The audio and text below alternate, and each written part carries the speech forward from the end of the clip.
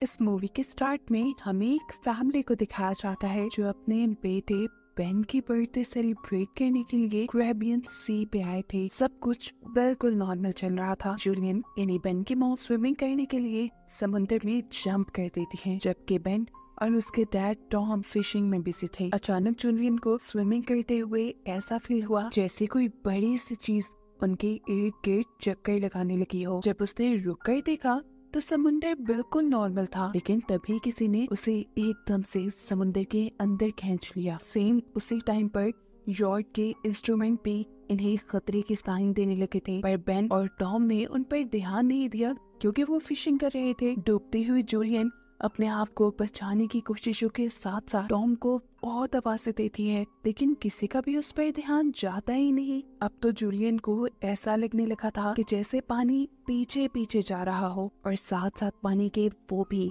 अब किस्मत से यॉर्क से दूर जाता जूलियन को टॉम ने भी नोटिस कर लिया और फौरन पानी में जंप कर दी उसे बचाने के लिए। बेन भी यॉर्क का इंजन ऑन करते हुए उसे उन दोनों के करीब ले आया। टॉम ने जहाँ जूलियन को डूबने से बचाया, वही बेन और कैसी ने फिर मिलकर इन दोनों को यॉर्क के ऊपर खींचा और फिर कहीं जाकर जूलियन की जान बच पाई। यॉर्क पर सेफ वापस आकर टॉम एक मर्तबा कैसे भी गुस्सा करता है कि ध्यान कहाँ था तुम्हारा? जब बताया है कि जो भी स्विमिंग के लिए जाएगा उस पर कोई एक ध्यान रखेगा, तो क्यों नहीं दिया ध्यान? अगर मर जाती तुम्हारी मॉम तो?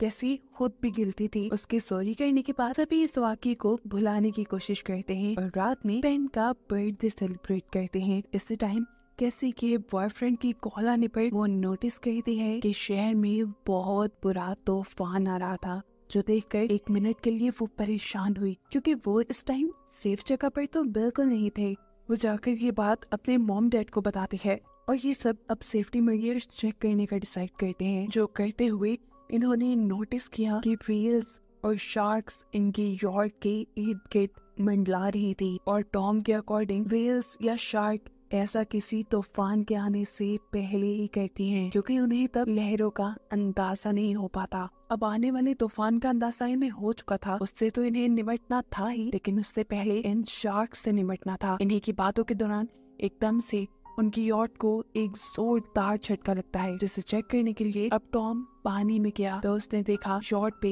एक बहुत ही स्वेयर डंट आ चुका था, जो जरूर किसी शार्क ने किया था। ये चेक करते ही टॉम जब अपनी यॉट पे वापस आया तो वो बुरी तरह जख्मी था। जूलियन उसके जख्मों पे स्टिचेस लगाती है और यहाँ टॉम इन सबको बुरी खबर देता है कि शार्क के डंट देने की वजह से ये लोग आगे नहीं बढ़ पाएंगे। सेफ ऑप्शन इनके पास यही था कि किसी को मदद के लिए बुलाएं, लेकिन सिग्नल्स भी बंद हो चुके थे। यहाँ तक कि यॉट का रेडियो भी कोई सिग्नल पिक नहीं कर रहा था। इस मुश्किल कंडीशन में टॉम अपने खाने पीने के सामान को चेक करने लगता है। उनके पास सिर्फ 4 दिन के लिए पीने का पानी था और कुछ नहीं, लेकिन टॉम को ये तसल्ली थी कि वो एक शिपिंग रूट पे हैं, यहाँ से शिप्स अक्सर गुजरती रहती हैं, कोई ना कोई उन्हें देख लेगा।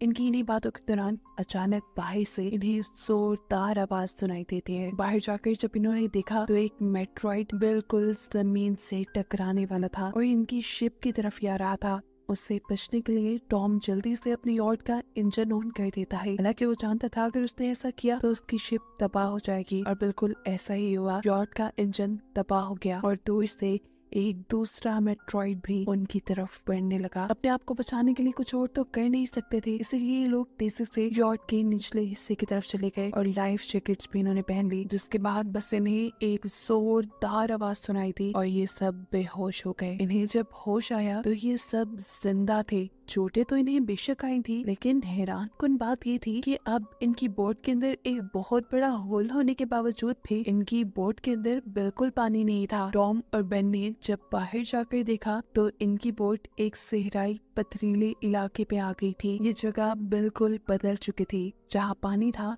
वहाँ अब बस मिट्टी के पहाड़ रह गए थे। टॉम जल्दी से अब कंपास निकालता है और डायरेक्शन देखने लगा। तब जाकर उसे पता चला कि इस जमीन के साथ कुछ गड़बड़ी हो गई है। जमीन के सभी पोल्स चेंज हो गए हैं। जमीन के नॉर्थ पोल पे साउथ पोल आ गया था, जबकि साउथ पोल पे नॉर्थ पोल चला गया था। और ऐसे ही जहाँ पर सहरा थे, समुद्र का सारा पानी वहाँ शिफ्ट हो गया था और अब समुद्र की जगह सहरा बन चुकी थी। और ये चीज रियलाइज होते ही ये सब के सब शॉक रह गए।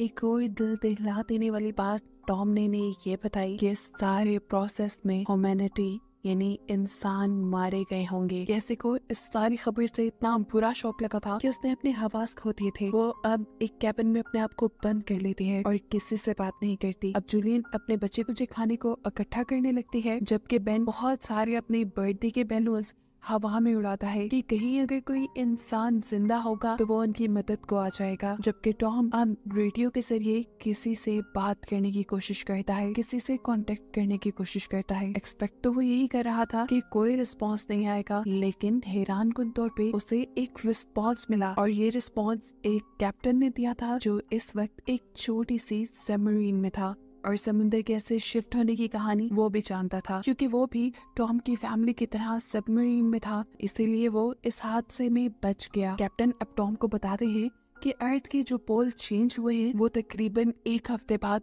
वापस अपनी जगह पे आ जाएंगे। ऐसे समुद्र भी वापस अपनी जगह पे आएगा और उस वक्त इसकी लहरें बहुत ही ज्यादा खतरनाक होंगी। इसीलिए कैप्टन टॉम को मशवरा देता है कि तुम कोई ऊंची सी जगह ढूंढो और वहाँ पे चले जाओ, वहाँ पर तुम्हारे बचने के चांसेस ज्यादा हैं। ये बात सुनते हुए जूलियन फौरन अपने बच्चों को पैकिंग करने को कहते हैं, जबकि टॉम कैप्टन से रिक्वेस्ट करता है आपकी सबमरीन के अंदर भी बचने के चांसेस ज्यादा हैं, क्या आप हमारे बच्चों को रख सकते हैं। तब कैप्टन बताते हैं कि वो ये करना तो चाहता है लेकिन कर नहीं सकता क्योंकि उसकी सबमरीन बहुत छोटी है, उसका यहाँ पे एक साथी मारा गया है और ऐसे बस एक ही इंसान की जगह उसकी सबमरीन के अंदर है। या टॉम कैप्टन की मिन्नतें करता है प्लीज आप किसी तरह दोनों बच्चों को एडजस्ट कर लो, इसके बदले में आप मेरे से जो मदद चाहेंगे मैं आपकी करूंगा। कैप्टन अब उसकी बात मान गए थे। टॉम अब उस सबमरीन की लोकेशन का अंदाजा लगाता है और जूलियन को बताता है कि वो सिर्फ 2 दिन के अंदर अंदर वहाँ होंगे, यानी समुद्र की लहरों के वापस आने से पहले पहले ये लोग अपने बच्चों को सही सलामत उस सबमरीन तक पहुँचा देंगे,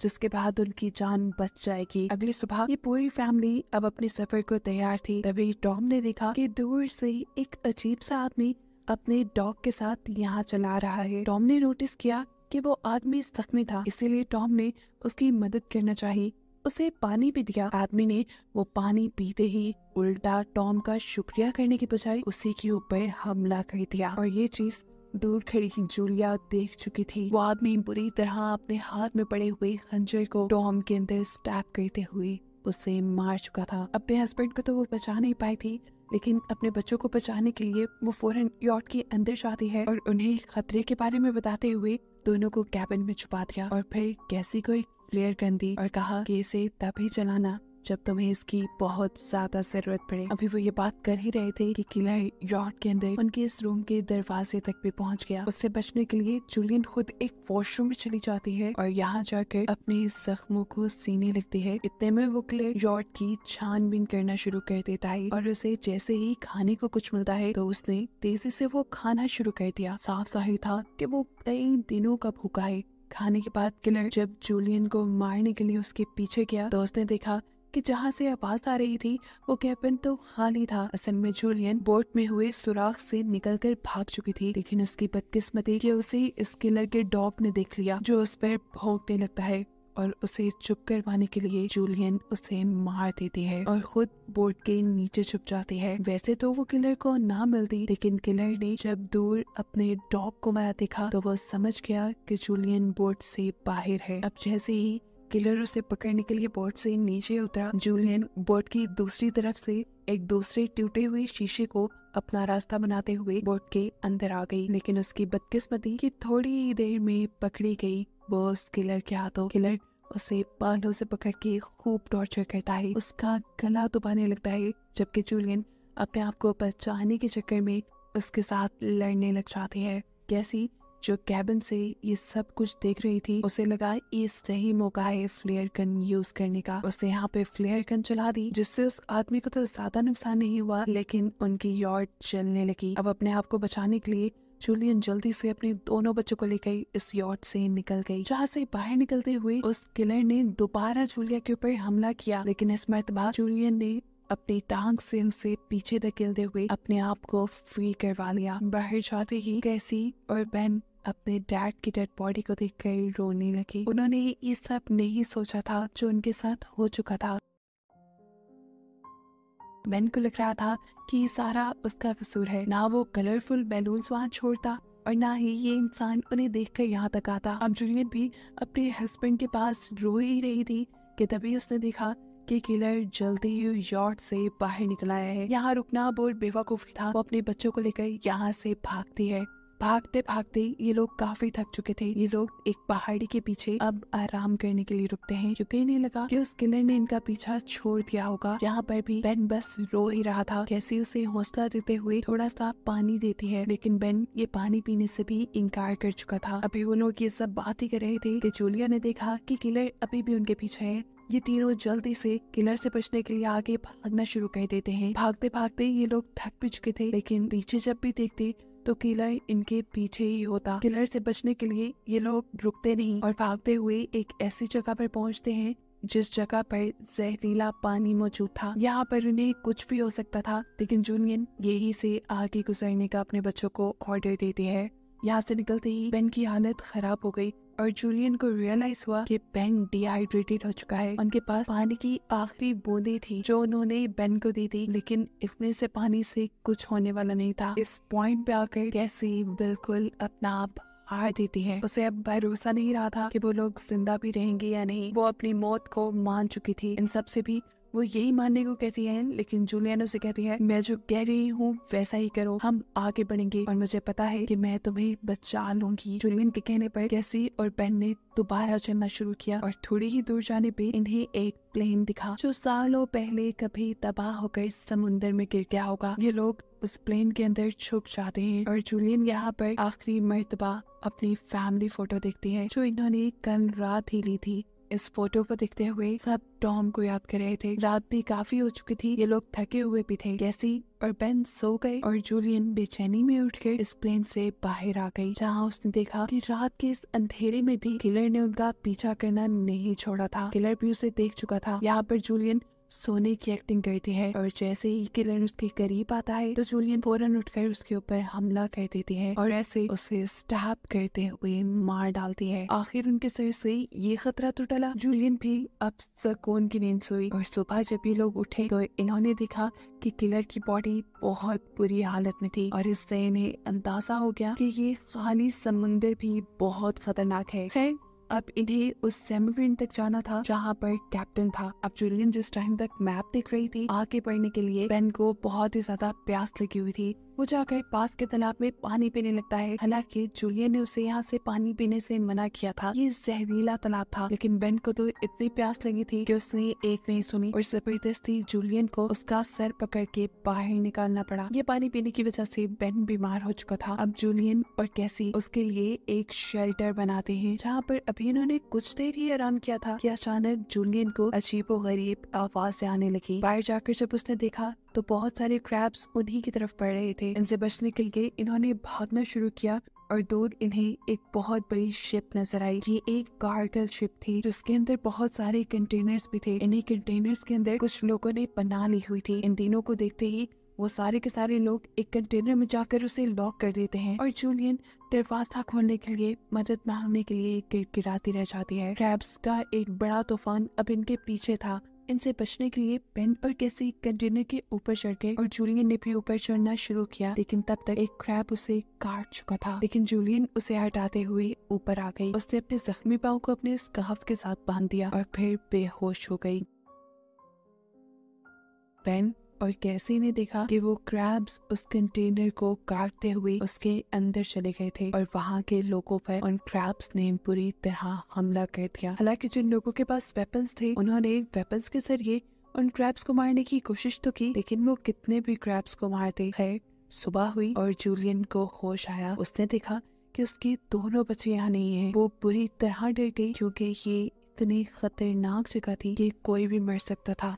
जूलियन उनको खोने के डर से रोने लगी थी, लेकिन तभी दूर से उसे कैसी और बेन आते दिखाई दिए, जो असल में खाने और वेपन्स की तलाश में गए थे। और अब क्रैब्स भी यहाँ से नजर नहीं आ रहे थे क्योंकि वो यहाँ से आगे शिफ्ट हो गए थे। उन्हें देखकर जूलियन की जान में जान आती है जूलियन अब अपने क्रैब के काटे जख्मों का ध्यान करती है, जबकि बेन अपने इकट्ठे किए हुए वेपन्स को देखने लग जाता है। अब जूलियन अपने रेडियो के जरिए कैप्टन से कांटेक्ट करती है, जो उसे बताता है कि उसके ऊपर भी सी क्रिएचर्स ने हमला कर दिया है। वो बहुत ही ज्यादा जख्मी है और वो अब इनकी मदद नहीं कर सकता। साथ ही उसने अब जूलियन को ये भी बताया था कि समुद्र जल्द ही अपनी जगह पर वापस आने वाला है, इसीलिए तो ये सारी क्रिएचर्स वापस आ गई है। अब तो इन्हें ये भी नहीं पता था कि उस सबमरीन तक पहुंचने के लिए इन्हें किस डायरेक्शन में जाना है, क्योंकि इनका मैप भी इस सारी भागम दौड़ी में गुम चुका था। इसीलिए कैप्टन अब हवा में रेयर गन से शूट करता है और बेन वो डायरेक्शन देख लेता है। ये लोग तेजी से अब सबमरीन की तरफ बढ़ते हैं। दूर उन्हें